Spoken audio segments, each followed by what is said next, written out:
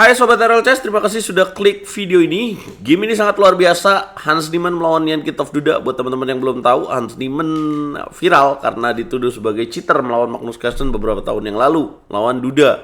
Yankee of Duda merupakan pecetur nomor 1 Polandia. Pernah memenangi Video World Cup dan mengalahkan Magnus Carlsen beberapa tahun yang lalu juga, teman-teman. Nah, ini terjadi di ajang Super Rapid and Blitz Polandia 2026, baru saja terjadi ya.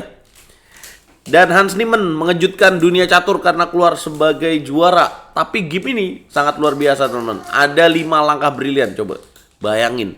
5 langkah brilian, kok bisa? Gimana gamenya? Langsung aja kita bahas. Jangan lupa, jangan di skip iklannya ya. Izin teman-teman. Dan jangan lupa diklik tombol like-nya, kasih hype untuk video ini. Dan jangan lupa di subscribe pastinya.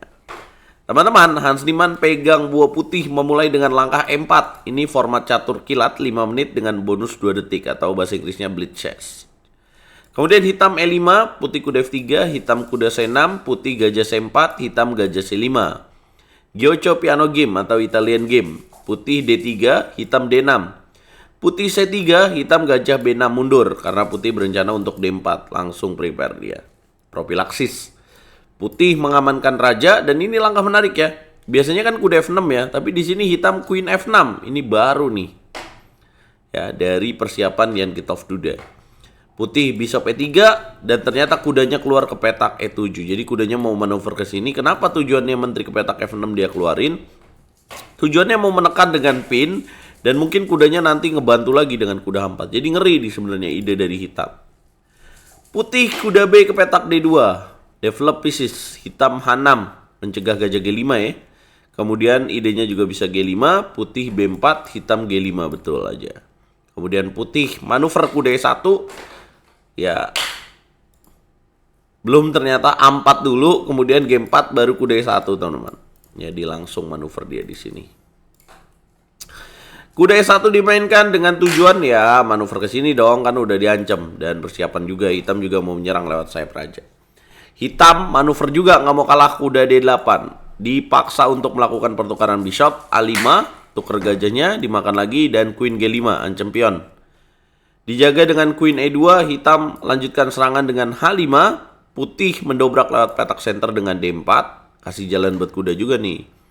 Kemudian hitam H4, kuda ke petak D3, posisi begini, hitam masih sempet-sempetnya rokade pendek.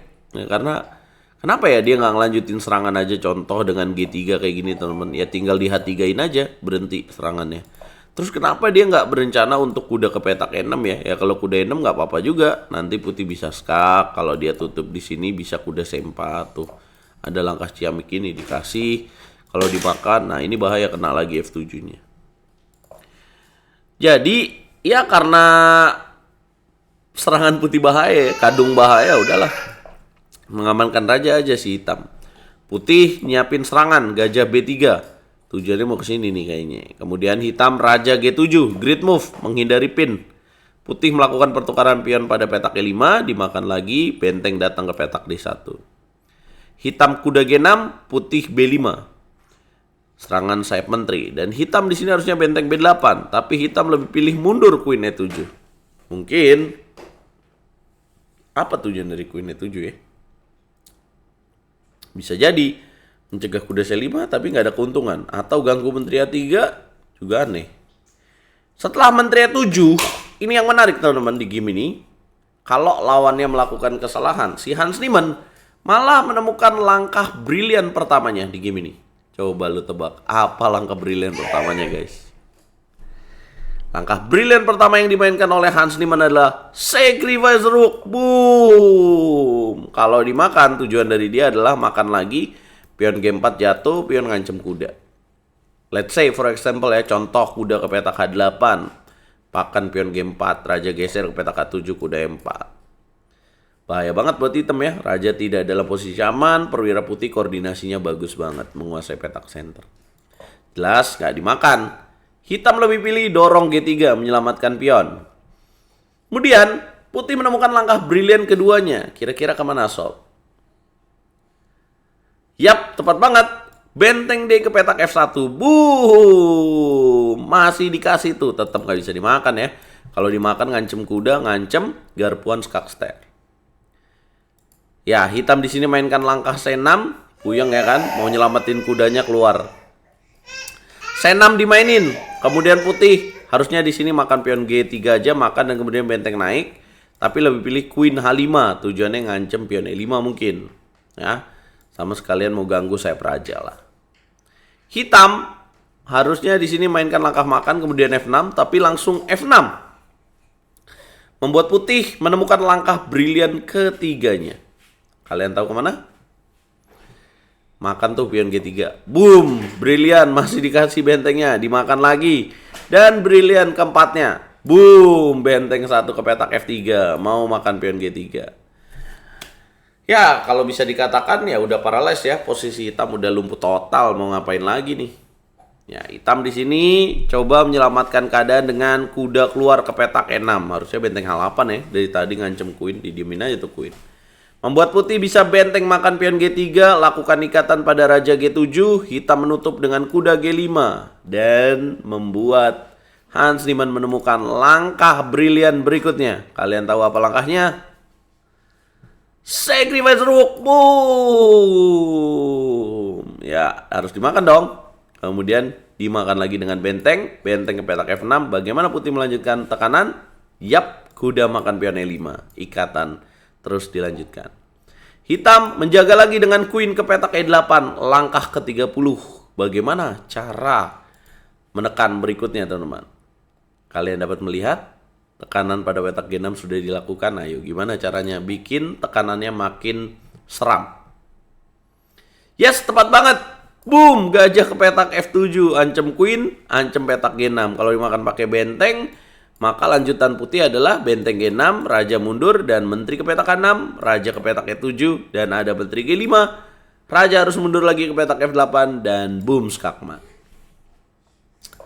Jadi nggak boleh dimakan benteng ya. Menteri geser ke petak H8. Bagaimana putih melanjutkan tekanan? Ya makan aja. Dimakan lagi, queen G6, raja ke petak F8, queen D6 betul, raja ke petak G7, dan ditunggu dengan queen E7. Ini ngapain sih dua nih? Aduh, nggak ada guna ya. Baru dikeluarin di sini gajah H3. Gimana cara Hans Niemann menutup game ini dengan langkah yang paling bagus, teman-teman? Yap, gajah ke petak E8. Boom. Dan hitam menyerah. Gila duda. Juara video World Cup begini. Kalau raja H6, putih bisa queen D6. Kalau misalkan raja ke petak G5, kuda ke petak F3, skakmat. Susah, teman. Itulah yang terjadi. Akurasi putih 91,7%. Gila sih ini 5 brilian dengan format catur kilat. Benar-benar Hans Niemann sekarang jadi monster banget ya. Nggak bisa diremehin dan nggak cuma terkenal karena viral, pernah dituduh melakukan kecurangan, tapi menurut saya kemampuannya sudah dia tunjukkan ya. Inilah gimana dia bisa buktikan ya, dia di atas Fabiano Caruana, bahkan di atas juara dunia Gukesh Domaraju, kemudian di atas Sindarov. Ya, lu mau bilang apa? Karena ini catur kilat, keberuntungan. Apa komentar kalian? Tapi Hans Niemann berani untuk menantang para pecatur top dunia untuk duel match dengan catur kilat, ini gila banget sih. Dan dia buktikan di sini.